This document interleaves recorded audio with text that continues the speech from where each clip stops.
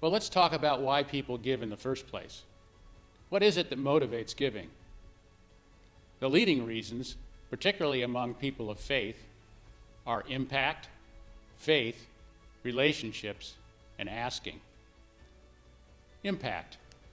Most people are motivated to make a difference in the world, to leave a mark, to save a life or change a life.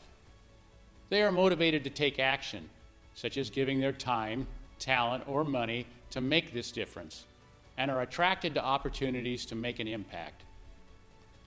Looking at it this way, one can see that making a gift is fulfilling their desire. It is all about them. When you make giving about the donor, you pull him or her deeper into your ministry and open up opportunities for future giving. Faith. Faith is a gift from God, and people of faith give in gratitude for the great gift they have received, the love of God, and more concretely, the love of God's people, the church. This love is mediated primarily through those who are close to them, family, friends, and members of their community to whom their faith ties them and in whom they believe.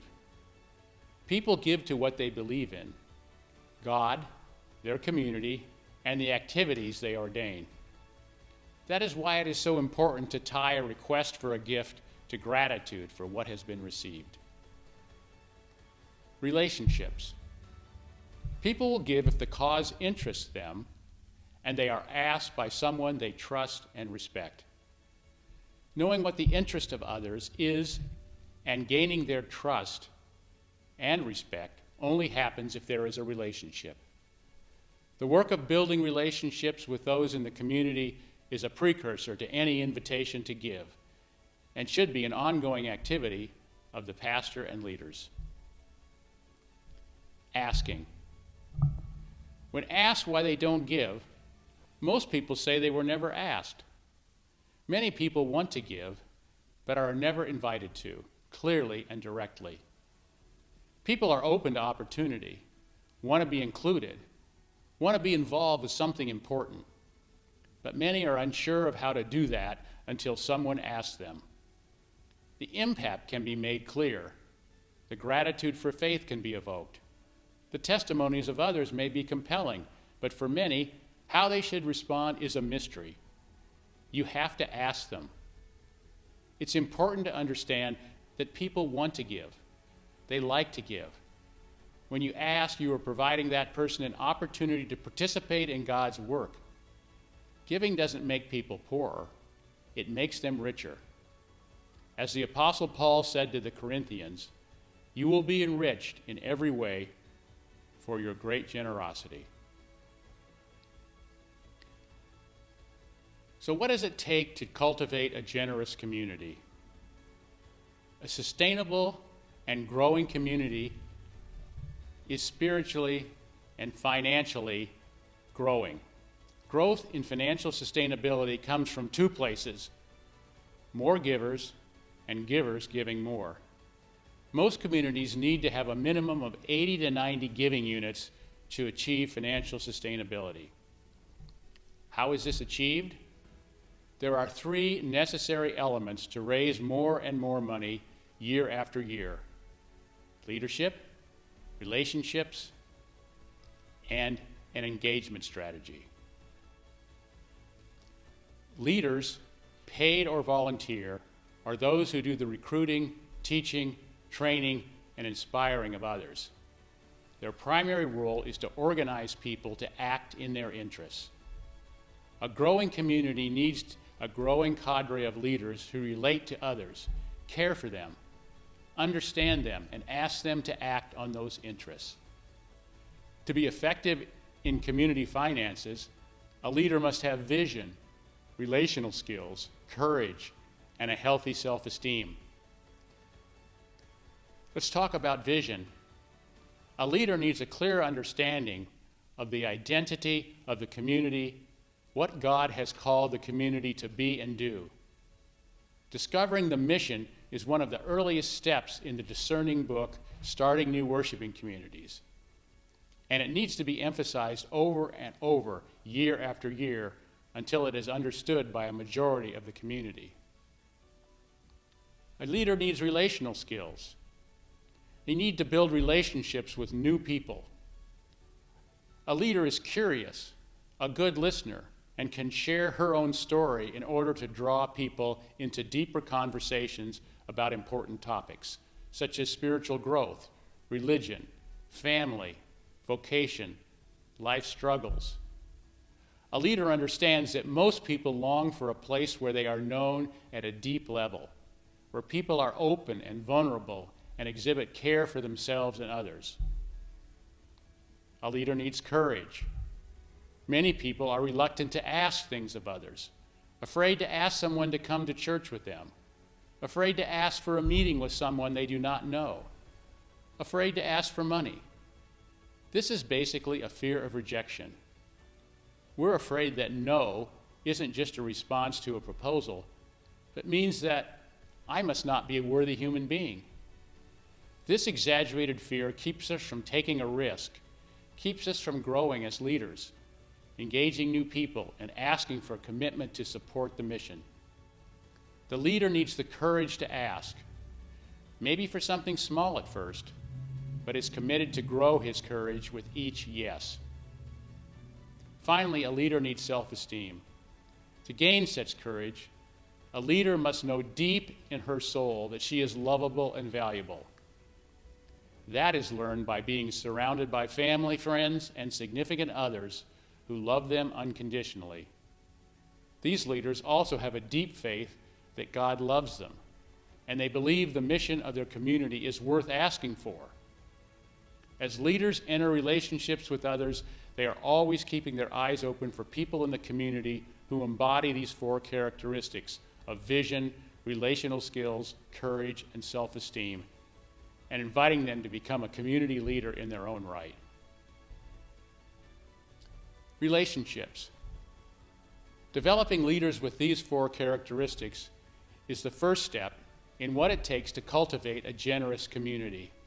The second component is what leaders do: establish and maintain relationships within the community. In his book, A Spirituality of Fundraising, Henry Nouwen says that fundraising must always aim to create new, lasting relationships. All giving in a community flows from relationships. Relationships are built on trust, care, and mutual interests. Leaders need to build relationships with current, former, new, and future participants to build the community. They need to learn who gives and why they give, who will give more and why. In fact, the pastor and a few key leaders must see the actual giving records of the congregation to know who the financial leaders of the congregation are. Leaders will be successful in raising money and building the congregation with people who know and trust them. They need to understand the spiritual and temporal interests of the people. Why are they involved? What keeps them coming back? What has been their faith journey? How is their family doing? What is their work-life work? What are their hopes and dreams? These deep conversations are best done one-on-one, face-to-face, in relational meetings. Such meetings should be done with active participants, former participants, visitors, new participants, community leaders, neighbors, and others. The purpose of these meetings is to build relationships and understand the interests of the other person. People will join, give, and build a community if it is an interest of theirs, and if someone they trust and respect asks them to act on that interest.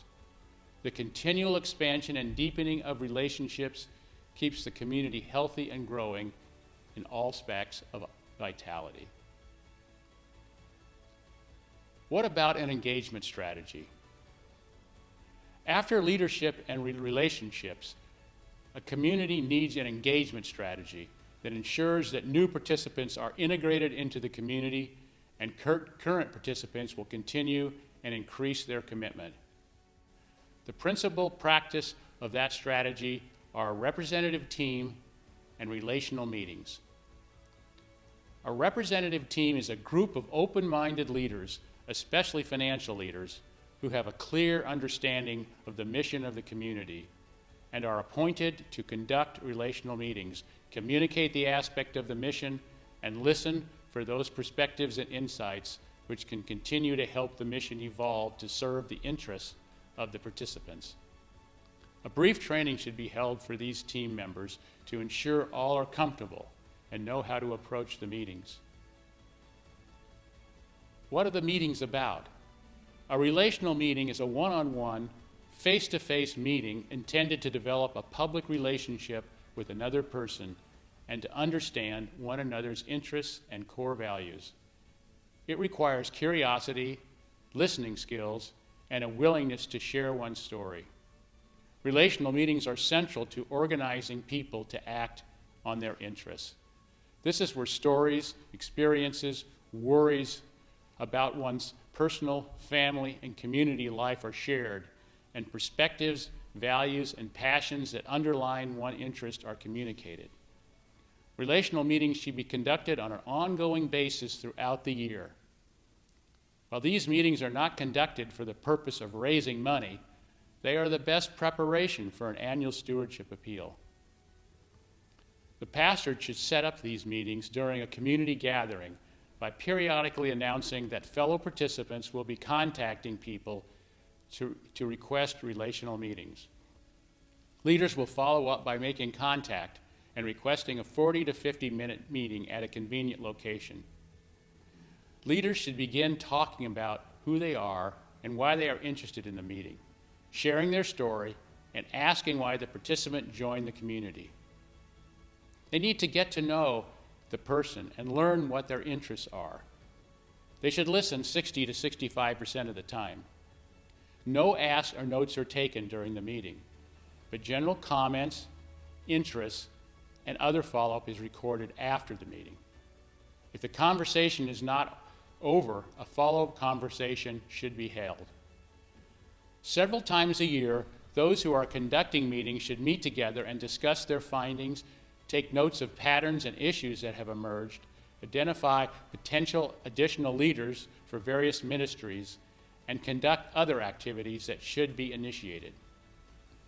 At these meetings, leaders can share what worked and what didn't work, and can learn how to conduct meetings more successfully. In the event that community-wide concerns or desires are identified, they can be brought to the entire community for action. Stewardship campaigns. If the proclamation and practice of hospitality, generosity, ownership, and testimony are alive throughout the year, and if leadership, relationships, and an engagement strategy are being cultivated on an ongoing basis, then the introduction of a giving campaign should fall into place naturally and smoothly. When people have been welcomed, listened to, cared for, and together accomplish things bigger than themselves, they will more readily understand the value of community and be ready to sacrifice for it. When you are ready to initiate a giving campaign, the 1001 team can provide tools, guidance, and coaching that will help you be successful while being true to the culture of the community of love you have cultivated. You can find the slides seen in this module at the 1001 resource page, newchurchnewway.org. I hope this overview of introducing a community to stewardship has been helpful. If you have specific questions or would like ongoing coaching and fundraising, please contact me at 502-612-5026 or john.moore@pcusa.org.